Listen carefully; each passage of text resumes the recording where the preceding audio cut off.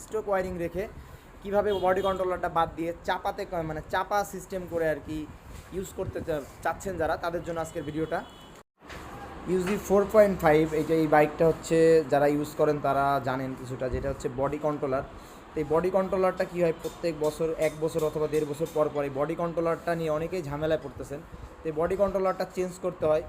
তো আরও একটা ঝামেলা আছে, এই বডি কন্ট্রোলার প্লাস এই চাপাগুলো হচ্ছে ম্যাগনেটিক চাপা।